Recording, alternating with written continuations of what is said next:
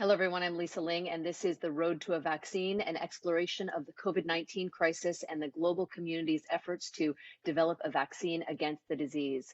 It is nearly August, and in so many ways, here in the US at least, it feels like we are in stage one all over again. So let's get right to it and take a look at where we are right now. As of today, there are over 14 million cases and over 605,000 deaths globally. The global case count has risen by approximately 2 million since just last week. These are pretty staggering statistics considering that the numbers have decreased quite a lot in many parts of the world, but are soaring in others, with India reporting a record number of cases this week as they become the third country after Brazil and the US to hit 1 million cases. The southern US continues to be very hard hit as well. Last week in Florida, almost 1/3 of children tested for COVID were positive. It's a frightening number when you think about the fact that we still don't know what the long-term effects of COVID really are. Will there be chronic damage to our children's health years from now? I'm really concerned as a parent, as are so many of you watching, that with schools starting to announce whether they'll be back in August, I find myself wanting and needing accurate information that I can trust. So today on the Road to Vaccine, we are going to talk to leading experts about how COVID is affecting children, both physiologically and psychologically. First up, we have Dr. Peter Hotez, a world-renowned expert in vaccine research and outspoken pediatrician and advocate. He's in Texas, which is experiencing a surge and where 85 infants in one county have tested positive for coronavirus since March. Then Edie Fore, executive director of Unicef, will talk about the impact of COVID-19 on vulnerable children and families across the globe. And one of the world's foremost experts on mental health, Dr. Vikram Patel from Harvard Medical School, will be here to discuss these uncertain times that are affecting our children and what we can do about it. I caught up earlier with our first guest, Dr. Peter Hotez, who is a superstar of science. He was one of the first to predict that Zika would emerge in the United States, and his lab is currently working on a couple of COVID-19 vaccines as we speak. Dr. Hotez, thank you so much for taking the time to join us. I first have to ask you about Texas, which is where you are. The state recently reported a new single-day record number of deaths. What is going on there, and can you describe what the environment is like? And are people finally complying with the mask orders? Yeah, no, things are heartbreaking here in Texas. In Houston, we've had our highest single day number as well, and it's really striking hard all the metro areas of Texas, Houston, Dallas, Austin, San Antonio, and the numbers are rising precipitously. And it's not just the cases, it's the hospitalizations, it's the ICU admissions. And the other dimension to this we don't talk a lot about is it looks to me like this is really decimating low-income neighborhoods. So we're seeing high rates of death and illness among African American, Hispanic, Latinx populations, and so we're failing to protect our vulnerable. It's also looks really dire down in South Texas, as well as you get closer to the border. So, we don't talk enough about the health disparity dimension of COVID-19, and this is one of the reasons why I've been speaking out more, is that we're just failing to protect our vulnerable. And I don't think it's just Texas. I think this is going to be the story of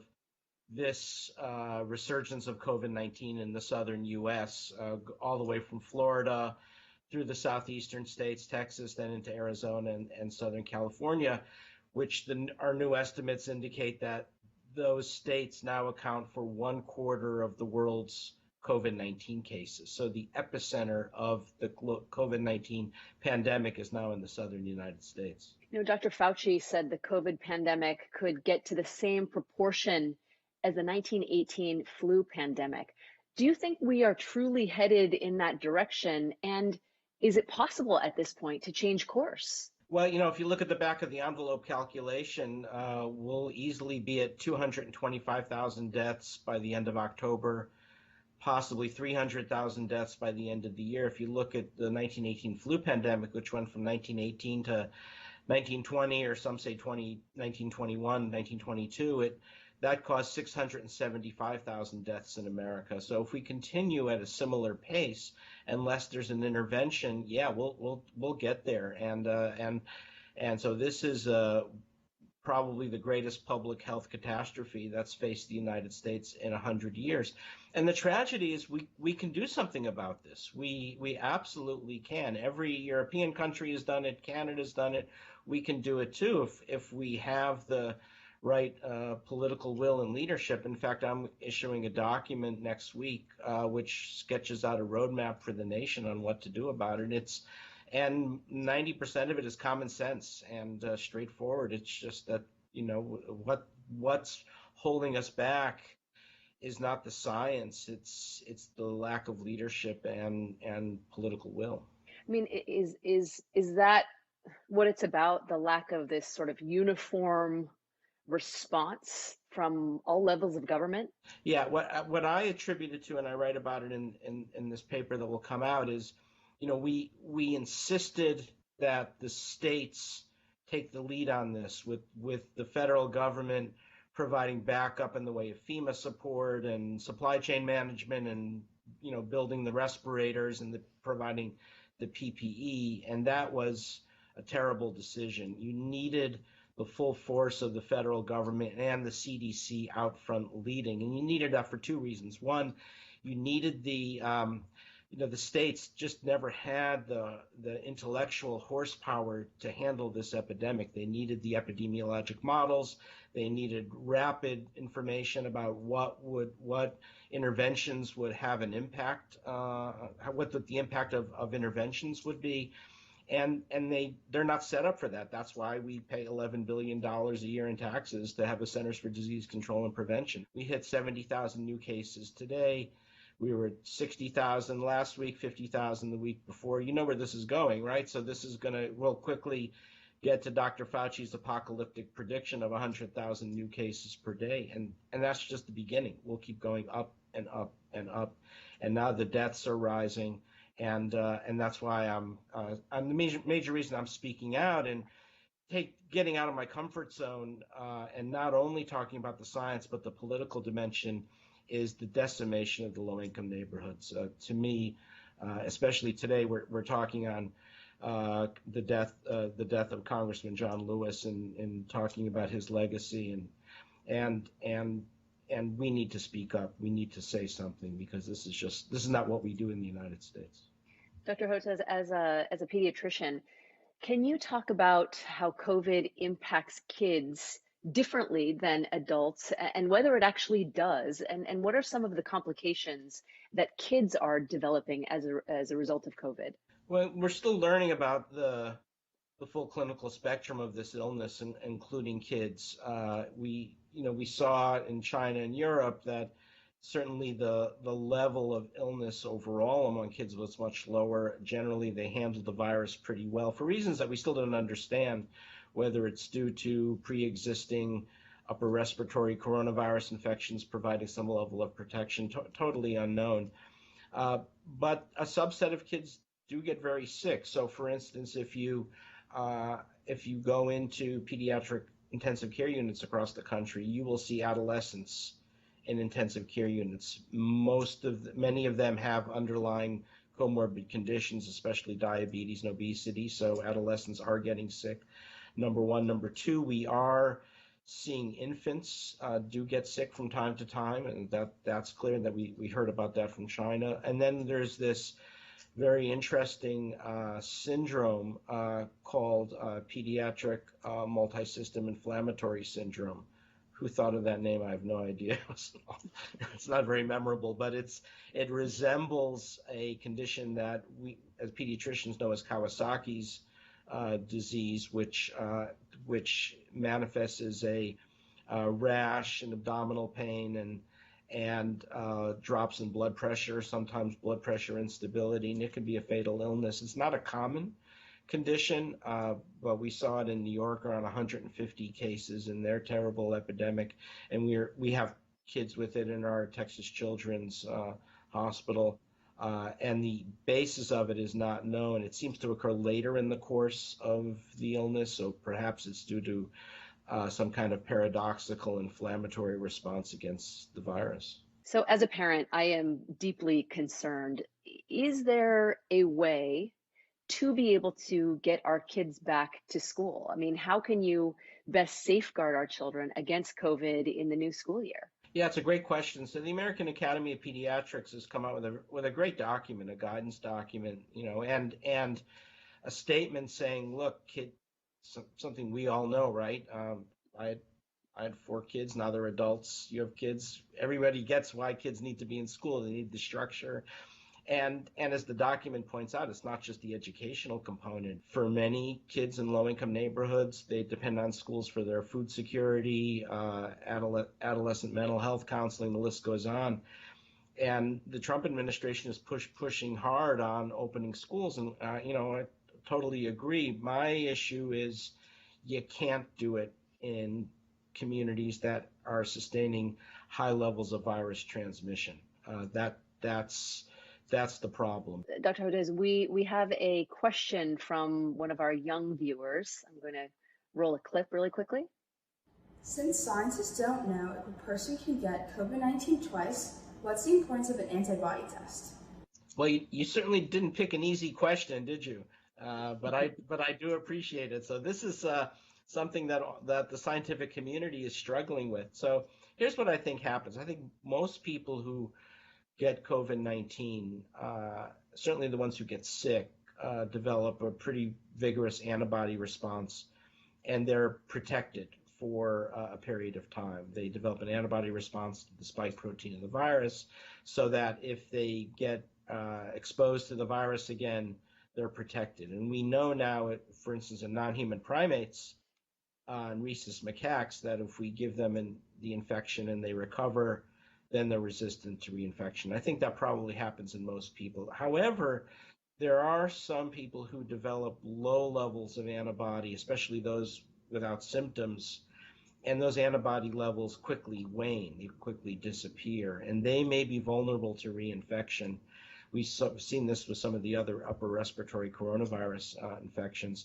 But even then, they'll have what we call immunological memory. They'll have what we call memory B cells and plasma cells. So I think they still will have some partial resistance, even if their antibody levels are declining, even to the point of being undetectable. And they'll certainly respond if they get vaccinated. They'll have a boosting effect. So it may not be so dire. I don't think reinfection is going to be common. It doesn't mean it never happens, but I don't think it's going to be common. And everything I say about the science of this, I always have to put in the caveat, we're still in a steep learning curve about this virus. We've only known about it for about 6 months, or 7, 8 months, and so we're always being surprised and still learning. So a year from now, I'll be able to answer that question much more definitively. But for now, that's the way it seems to be looking. So many of the guests on our show have talked about this period as being this unprecedented collaborative one in which scientists around the world are really coming together to combat this disease. But there's also this huge contingent of people who are critical of the science, even refuse to believe in the science. To what extent is this community such an impediment to what you all are trying to do? Yeah, no, this is a great question. And here, especially in the United States, we have a very aggressive anti-vaccine movement, and I've been going up against them for a number of years. I'm a vaccine scientist, but also I'm the parent. One of my 4 adult kids has autism and intellectual disabilities, and I wrote a book called "Vaccines Did Not Cause Rachel's Autism" to refute all the misinformation that's out there. And intuitively, you would have thought, right, with COVID-19 and everybody so upset and so everybody clamoring for a vaccine, that this might finally be the thing that makes the anti-vaccine movement go away. But somehow, for reasons we could talk about, it's actually re-energized them. And what they've done now is they've expanded their remit to not only campaign against vaccines, but now they're campaigning against social distancing and masks. So it's enlarged into an anti-science movement. and they're doing it under the banner of what they call health freedom. That's what they call it. That the government can't tell us what to do, and it's really damaging. And so I'm quite concerned about where this is headed. And some of the surveys point this out, that both Reuters and the Associated Press did a poll to find that about up to half of Americans will not accept COVID vaccines, even if they're made available. And part of this is Well, self-inflicted. Dr. Fauci makes that point. I mean, he doesn't believe that we will be able to reach herd immunity, which would require 60 to 70% of people to take the vaccine, because so many people will refuse to take it. What do you make of that? Yeah, so we did a modeling exercise that we've published now with a group at City University in New York, and indeed we have to and that's where that 70% number comes from. We have to vaccinate 70% of the population, or close to it, especially with an effective vaccine to achieve that herd immunity, and we won't get there now. The other piece is that scientists themselves are not comfortable with public engagement. We've lost our ability, our interest to talk to the public, and I have a paper out in the Public Library of Science talking about combating anti-science in the 2020s, and make the case that it's partly our fault that we're so inward looking, we're so focused on our grants and our papers and writing and speaking for each other, that we've lost our ability to do this. And we've got to now bring in programs of public engagement into our doctoral training, our postdoctoral training, our medical student training, our residency training. And we've got to create an ecosystem around this. Otherwise, this will continue to get worse. That is absolutely the objective of this show, to provide a platform for scientists to be able to communicate with people and allow people to be able to ask questions of the foremost scientists and health experts in the world. So, Dr. Hotez, I know that you are out of your comfort zone by talking so openly, but there is such urgency to it, and we appreciate you taking the time to speak with us on this. Thank you. Lisa, it was a real honor to meet you and speak with you, and I'm looking forward to doing it again. This is very meaningful. Thank you. Thank you. And that was renowned scientist and physician, Dr. Peter Hotez, who is currently in Texas. In case you're just joining us, this is the Road to a Vaccine, and we're giving you access to the world's top scientists as we search for answers during the COVID-19 pandemic. Please submit your questions if you have them to the comment section, and we'll try to get to as many as we can throughout the show. Our next guest works tirelessly to improve the lives of young people around the world. Fore is the executive director of Unicef, which aims to provide children at risk in developing countries with education, food, health supplies, clean water, and other crucial resources. Edie, thank you so much for taking the time to be with us today. Now, we know that COVID-19 is having a very serious impact on children and families, particularly in developing countries. So what are some of the biggest areas of concerns that you're seeing right now as this crisis continues? So Lisa, thank you very much for asking, because often people think it's not a children's crisis, and yet they're hidden victims of this crisis. So it's a very, very important question. One of the areas that we are most concerned about are the overwhelmed and overburdened health centers. This is true in most countries, whether it is a major urban hospital or whether it is a rural health clinic. They are overburdened. There is a shortage of healthcare workers, and many of the workers are concerned about their own safety because there is a shortage of personal protective equipment, masks, gowns, face shields, etc. And so the health system itself is really struggling, and in many places it is now getting overwhelmed. So that is by far and away our most pressing concern. But the other part of it is that what is happening in our world is that many countries moved into lockdown, and so you cannot fly planes in, you cannot cross borders, and as a result, 68 countries have stopped immunization campaigns, and this means that 80 million children can go without their basic vaccines, the vaccines that most of us as parents will give to children when they're under the age of 1. And parents are very understandably concerned and worried about going to health clinics. Would they pick up COVID? But as a result, it's a real problem for our world. Johns Hopkins just put out a study that was published in The Lancet where they estimated that 6,000 children could be dying per day for lack of being able to go to these centers, get nutrition and health care advice. So this overwhelmed world that is around us is a big challenge for all of us. We're part of the ACT, this accelerator for diagnostics, for therapeutics, for vaccinations. We see great hope in that. But on a very personal level, children and families are dealing with mental health. They are dealing with the isolation and how does a family then cope with that? They're dealing with distance learning. They're also struggling mightily in the areas with conflict and those that are the poorest communities, the most marginalized. Many people work daily to get their daily bread, to bring home food for children, and without it, it means that there is a real crisis right now for children.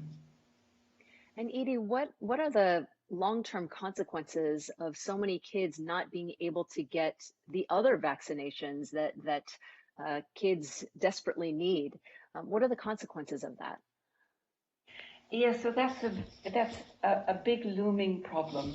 So if you do not get vaccinations for measles, or if you do not get vaccinations for polio, this will have a great effect on the world. And we have a number of community workers who are calling out that they are worried that more children will die of those preventable childhood diseases just because of lack of vaccinations than we will have die by COVID. So it's an alarm for the world. It's something that we need to wake up to. The consequences can be very severe for children because their bodies are much more fragile than ours, and they don't have the strength to be able to ward off some of these diseases. It's just so disheartening to recognize the ripple effects that are being generated as a result of this pandemic.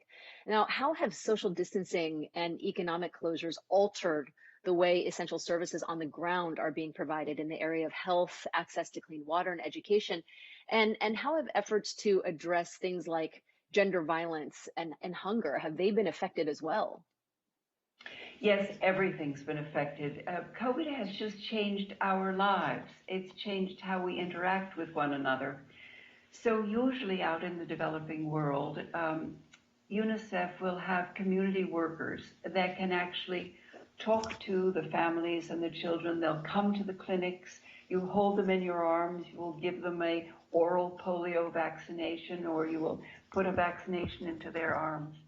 With physical distancing, all of this changes. And so many of the countries are now putting holds on their immunization campaigns. And that's what we are really worried about. But the engagement with the communities is the most important thing that any of us can do.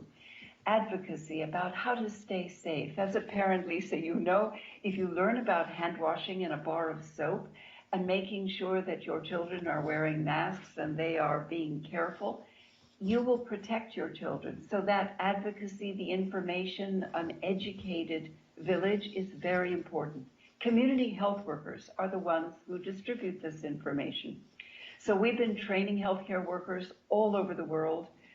We've also been working on a number of other issues. Cash transfers to the very poorest families, because if they're not able to go out and work informally, then it means that they are going to need some income so that there will be food on the table. There are many children who get their daily meal at school, so school meals are very important. Hand washing within schools, facilities where there is a toilet so that there's good sanitation. Psychosocial counseling, often a part of schools, and distance learning so that children have a structure so that they feel safe and not isolated. These are all very important parts of our lives. We also at UNICEF are a very big supplier of vaccines around the world. So as a big supplier, we procure about half of the world's vaccines for poor countries. So we send this out to about 100 countries. We're very concerned now that they're not making it there because of the disruptions in airline traffic and all. But there are some new areas of hope where now we are finding that we can purchase oxygen concentrators. This is important if you are an older person with COVID. It's also important if you're a newborn, so that you can have those first good breath of life. Edie, are there particular countries about which you are most concerned? Yes, all of the countries that are very poor, who do not have good functioning healthcare systems, who do not have running water and a bar of soap, the basic hygiene. Those are the countries that are most at risk. But it is the poorest parts of the population in those countries that we'll worry about most. Those in the urban slums, those who are in the most rural areas and hard to reach, the very poorest communities, refugees, internally displaced people, they will be most at risk within those countries. Edie, we try to give our viewers an opportunity to ask questions of our guests, and we have one from Dr. Kulkarni from LinkedIn, who's asking, what efforts will UNICEF take for normalizing other vaccination schedules in the developing countries? So we're retraining some of our healthcare workers. And so polio, for instance, is a vaccine that is oral. So you have to be very close. We are pausing that in many countries, but retraining the healthcare workers so that they can address COVID. And that will be extremely important. We also have what we call zero-dose children. Zero-dose children are children that have never been vaccinated. What this means for a community or a country is that they are more at risk. So it can be in any one of the childhood diseases. So whether it's measles or yellow fever or diphtheria or any of those diseases, they are at risk. But we have vaccines that we are using now, like pentavalent. We are now hoping to have a hexavalent so that there can be polio added to it, so that when you get your vaccinations, that they will be complete vaccinations, and that families do not have to keep going to a health clinic to get additional vaccinations. So training of healthcare workers, advances in science and in the industry that is supplying the vaccines, all are very important to do together. Edie, Fore, you are all just doing such exceptional work at UNICEF. You know, I think it's so easy for us to be so consumed by what this virus is doing to us in the developed world, and we don't think enough about how it's affecting kids and families in the developing world. So thank you so much. Thank you for doing God's work. Edie Fore of UNICEF. Now, please remember to, if you have questions, put them in the comments section and we will do our best to get them answered. And now it is time for our educational segment, Vaccines 101, where we learn the basics from the scientists who actually create the vaccines. With us today is Dr. Hanneke Schumacher, Global Head of Viral Vaccine Discovery at J&J. She has spent decades at the forefront of developing vaccines for AIDS and Ebola, and she is now leading the team developing J&J's COVID-19 vaccine, which is having some promising developments. Dr. Schumacher, it's so nice to have you back. I know you are about to begin human clinical trials very soon, this month in fact. So can you tell me what the mood is like? What is the environment like there? Oh, hi Lisa, it's so nice to be back.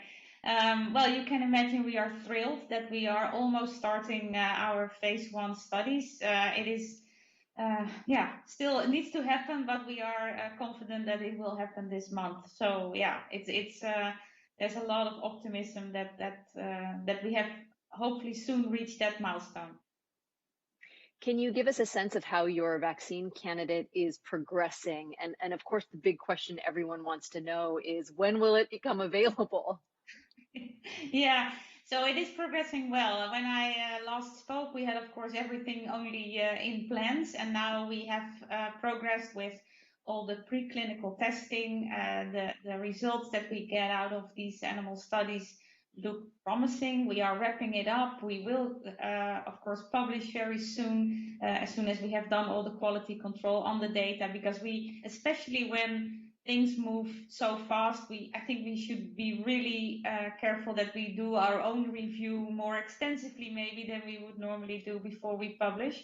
But that is to come soon as well. And I think we are on the right track. So it was not just the R&D work that needs to be done, of course, but also the teams in manufacturing. They have worked tirelessly to get these clinical materials ready, and already in parallel setting up the processes to start manufacturing. So I think the whole company is truly focused and heavily involved in getting us where we want to be. To say they're tirelessly working is probably a pretty gross understatement. Last week, we talked about the fact that the vaccine will enter clinical trials very soon. And we have a lot of people asking why testing isn't typically done on children or even pregnant women. So is there a scientific reason why trials start only with healthy adults? Yes, so the first trials that we and others do is the main reason is to check for safety. Of course, with our platform that we have applied in different vaccine programs, we know that the vaccine is tolerated very well and that the safety profile is very good. But still, you need to demonstrate that for each individual vaccine that you are developing. And for that first phase, you really want to go in people who are healthy and strong. So also for our phase 1, we will initially enroll people between 18 and 55-year-olds. If that first cohort looks good, we will immediately expand to people who are 65 years and older. And only later we will then check how our vaccine behaves, both from a safety point of view, but also on how it can elicit the right immune response in more at-risk populations or people with underlying comorbidities. So that is sort of the normal routine that we do in vaccine development. Yeah. You talk about the progression of the different demographics that you will be testing the virus on, but how do you recruit for vaccine clinical trials typically? Yeah, so there is posting. So volunteers are being asked also through internet. So people reach out to us, and when we defer them via trials.gov, you can also often see if trials are recruiting and you can volunteer. So of course it's easiest if people live a little bit in the neighborhood of a clinical site, because we ask people to come back, of course, because we need blood draws to see if there is an immune response coming up. And also in our phase 1, some individuals will get 2 doses, so you need to come back for that second dose. So that helps. But there's a lot of ways to get into contact with these clinical sites to be considered as a participant in our clinical studies. And what happens once clinical trials are done? What exactly do the trials have to show before the vaccine can be approved? And after the trial, what's the next step? Yeah, so we are going fast, and this sounds already like far from where we are now. We will first do our phase 1 study where we will look for safety, which is of course very important, and we will look for the immune responses that our vaccine can elicit in humans. As I said, we have good hopes that it will be immunogenic, because we do have animal data that support that optimism. After we have a good immune response in humans, we will transition in parallel into a phase 3 study. And a phase 3 study is really focusing again on safety and immunogenicity of the vaccine. But also in this case, then we will also look whether the immune response that we can elicit with our vaccine provides protection against COVID-19. So for those trials, we are currently looking at if we can predict where the pandemic will be a couple of months from now, when we will start our efficacy studies, as we call it. to be in the right geography to measure whether people who have received vaccine are protected against COVID-19. And the prediction of the pandemic, of course, is very tough. We see it is everywhere, but to be exactly in the right spot for your phase 3 trial, that of course is critical. And but that is the aim of that phase 3 study that we need to do. And only if we have that data. Oh, sorry. Go ahead, Lisa. No, well, I was just going to ask you, how long is a phase 1 trial typically? Yeah, so our phase 1, of course, we will follow people up for long. So on websites, it will be mentioned that the duration is a year, but we will do a first readout of the immune responses after 4 weeks to see if we have antibodies, and then we look over time whether these antibodies continue to rise, whether they maybe stay, whether they go down already. So that is sort of the immune responses that we are following over time. For the phase 3 study, where we will measure whether the vaccine is effective, we will count the number of cases, and at a certain point, our statisticians will be able to tell whether the vaccine was protective. And of course, it depends on how severe the transmission in the region is where we are testing our vaccine, how rapidly we will be able to accumulate the number of cases that we need to determine if there is a difference with vaccine versus. Yeah, there are quite a few questions coming in, so I want to get to a couple of them because obviously people are so eager to know about how things are progressing. Kevin from Facebook asked, generally, how will we differentiate the impact of COVID with the coming flu season just 5 months from now? Yeah, that is an excellent question. The good thing is that because of the increased hygiene, we do see already a decrease in infectious diseases in the population. So we also hope that the spread of flu will be inhibited by these measures that we take to avoid transmission of SARS-CoV-2. But we have no clue yet what co-infection with influenza and SARS-CoV-2, what type of clinical outcome that may have, especially for the most vulnerable. So that is something that we need to monitor very carefully. But let's hope that the social distancing, the masks, the hand washing, the increased hygiene that we apply will also have its beneficial effect on other infectious diseases, especially flu and also RSV, which can be a significant burden in vulnerable populations. We have another question from Ashish from LinkedIn, who asks, if multiple different vaccines are approved and given to different populations, how are we ensuring the same effect and response across the term of protection, in terms of protection? So that's a very good question, and I think it is important that the world needs a massive amount of doses. So it's I think very important that there has been a bar has been set on minimal effectiveness of vaccines, and of course in severe outbreak situation that effectiveness can be a little bit lower than, for instance, when we would see the pandemic already getting under control. But I think it is a good thing that vaccines with that at least meet that minimal efficacy signal, that those will be allowed and can be used in parallel to have sufficient supplies to serve the world. Dr. Hanneke Schumacher of J&J, you have a very, very busy couple of months upcoming, so we will be so eager to hear about the progress as you all move forward. Thank you so much for taking the time to be here with us. Thank you.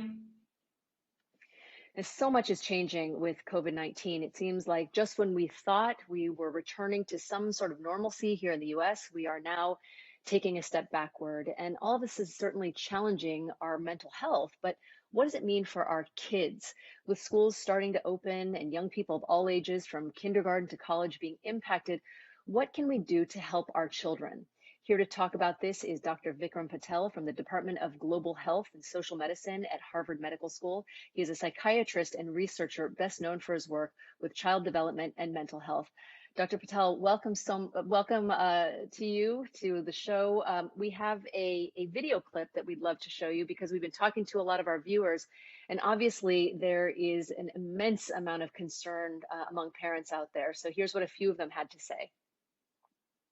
We have to figure out how do we make it so that these summer memories aren't just about loss and press conference from the governor about death, or finding ways to continue to make good childhood memories in a time that's so difficult. Speaking to a few of my mum friends, and we were talking about the fact that it's not really the education that we should be worried about, but more the impact on their mental health. This is just something that we were not prepared for, or something we don't know how to explain even to our kids. I don't know if it's wiser to continue to keep him at home, or if it's okay to let him go to school. I just don't know. So Dr. Patel, I'm sure you've been hearing from lots of parents about these very issues.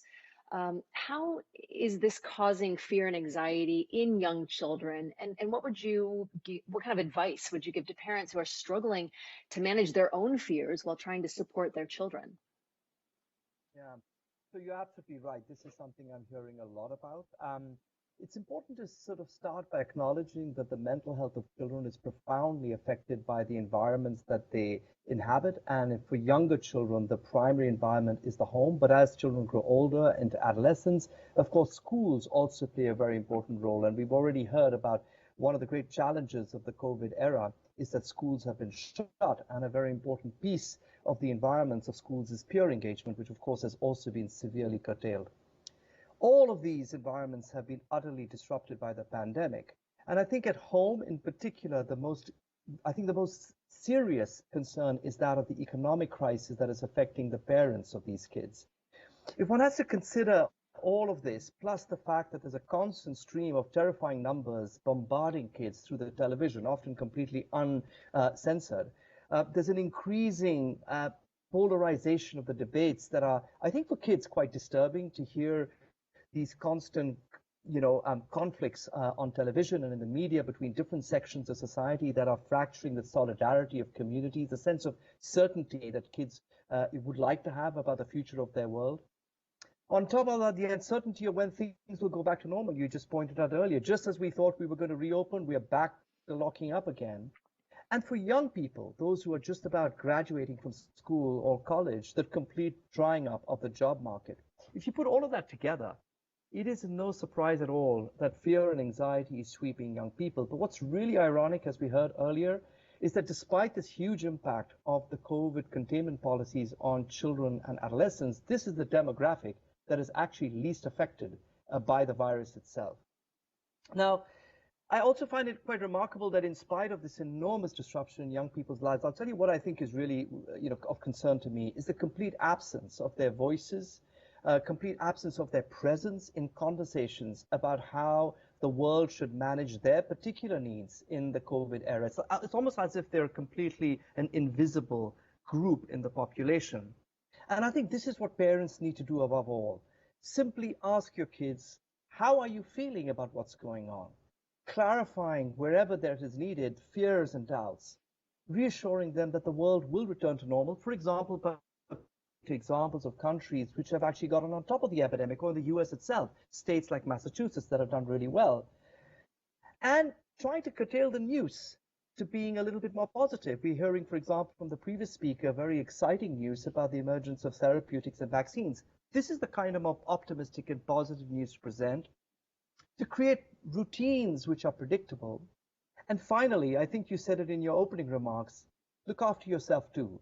Because a parent who's under stress, whose mental health has been impaired, is a parent who's likely to be short, irritable, and less patient with their own children. And perhaps this is one of the most important things every parent must do, is to be aware of and care for their own mental health. Oh, Dr. Patel, I am just absorbing everything that you are saying, because that is exactly the case in my own family and so many others. There's just this constant tension in our homes, and it's hard to know how much we should be talking to our kids about everything that is going on. I mean, do you have an answer to that? I mean, how much should we be telling our kids and updating them on what's happening with COVID?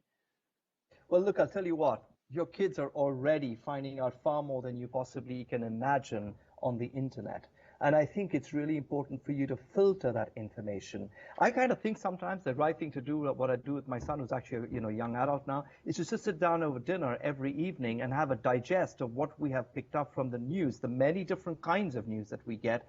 What is a sense we can make of that news about what is the truth around the unfolding of the epidemic in different parts of the world and the positive news regarding new therapeutics and vaccines. But I think filtering and having conversations with your kids about the epidemic is essential. You certainly can't leave them completely vulnerable to what they're picking up on the internet. I'm actually feeling a little bit emotional now because I can't remember the last time I asked my own kids how they're feeling about everything that's happening. So I really appreciate you making that suggestion. It's such an important one. There is still so much stigma around mental health issues and therapy. It's far from normalized for children. So what would you say to families who are uncomfortable seeking counseling right now, but yet are struggling with mental health issues, both in the family and amongst their kids?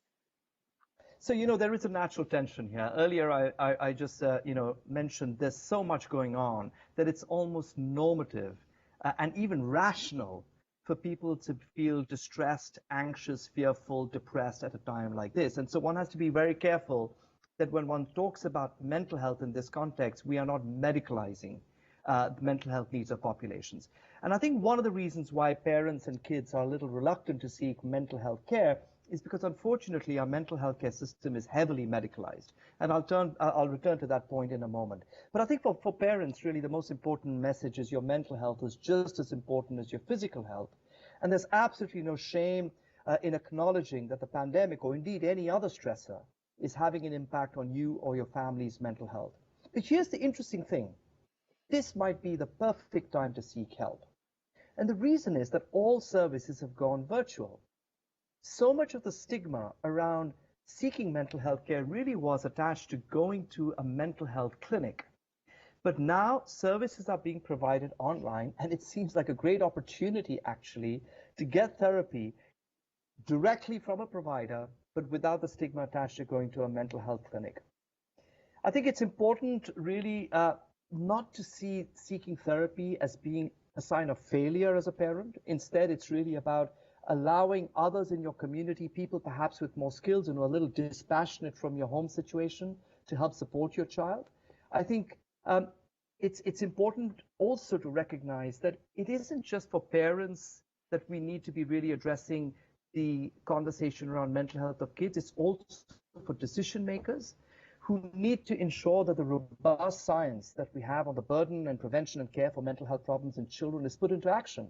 As I mentioned earlier, the current mental health care systems of the world don't reach the vast majority of those in need, and especially in the US, for example, don't reach, people who are historically disadvantaged. And they're also designed around very narrow disease-based biomedical models, as I call them the 3Ds: diagnoses, doctors, and drugs. But I think we do know from innovative science from around the world that the field of mental health is extraordinarily more diverse. And to limit mental health care with this very narrow biomedical approach, I think actually turns off a lot of parents and kids.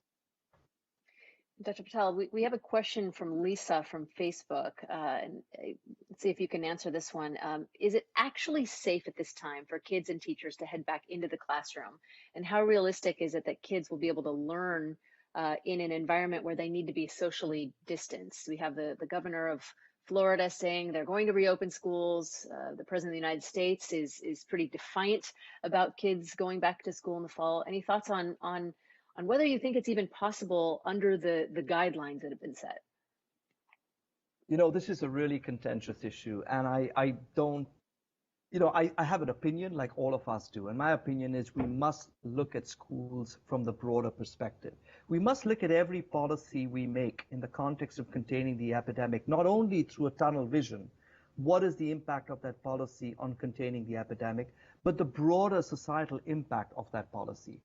There are already some calculations from some parts of the world that some of the policies to contain the epidemic may inadvertently lead to more deaths. And I think we heard the previous speaker, the ED of Unicef, describing, for example, the tens of millions of children whose immunization, the routine immunization, has actually been stopped on account of lockdowns. So one has to have a broad view on how policies are implemented by doing an analysis of all the possible consequences. And if one does that, I think one begins to struggle with the idea that closing schools is the only policy that we should be considering in the context of COVID-19, because as we've heard earlier on your show, that schools perform many more roles than simply learning.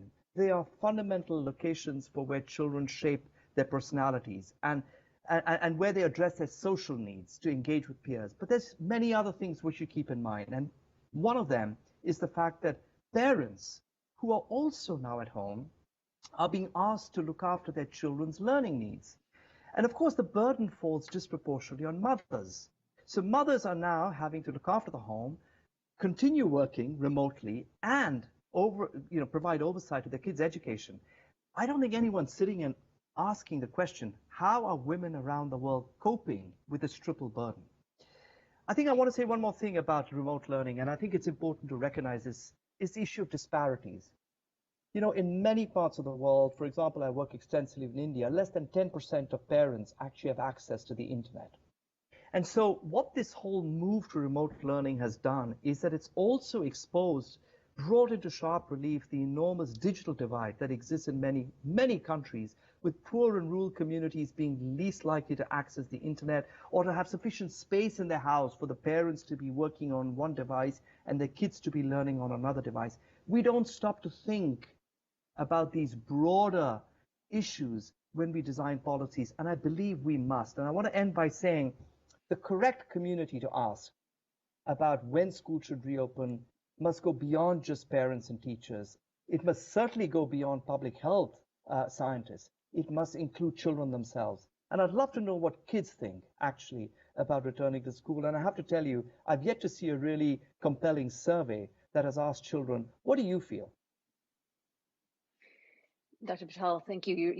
You're giving us so much useful information and questions to ask ourselves. I do have a very good question from Christy from Facebook, who is in Alabama, where there are a large number of people who just don't believe the virus is real. So how do I explain this conflicting information to my children? Such a great question, just given the fact that there's so much division in the US about this virus. Yeah, I think this is one of the most sad observations about what is going on in the U.S. Is this polarization, and I referred to that earlier. I think that polarization infects us all with a sense of anxiety and uncertainty. We are not only anxious and uncertain about the virus, but to be absolutely honest, we are more anxious and uncertain about our country. And you know, I have to say, to be quite honest, if this polarization didn't occur, I have no doubt that the US would have done dramatically better, not only in containing the epidemic, but also containing the pandemic of fear and anxiety that's sweeping the land. So the question is, what do you tell your kids? Well, to be perfectly honest, you have to start with it absolutely unconditionally accepting that this is a virus, it's a real microorganism, it is killing people in astronomical numbers, but also it is killing certain groups of people much more than others. It isn't that the case that everyone in the population is equally vulnerable. For example, the odds that a child or an adolescent will fall seriously ill with the virus is extremely small, and we should therefore always complement the darker or the more pessimistic information with a more positive piece of information that is particularly targeted at children and young people. I think it's really important for kids and young people to recognize that in protecting themselves from the virus, they are also protecting their parents.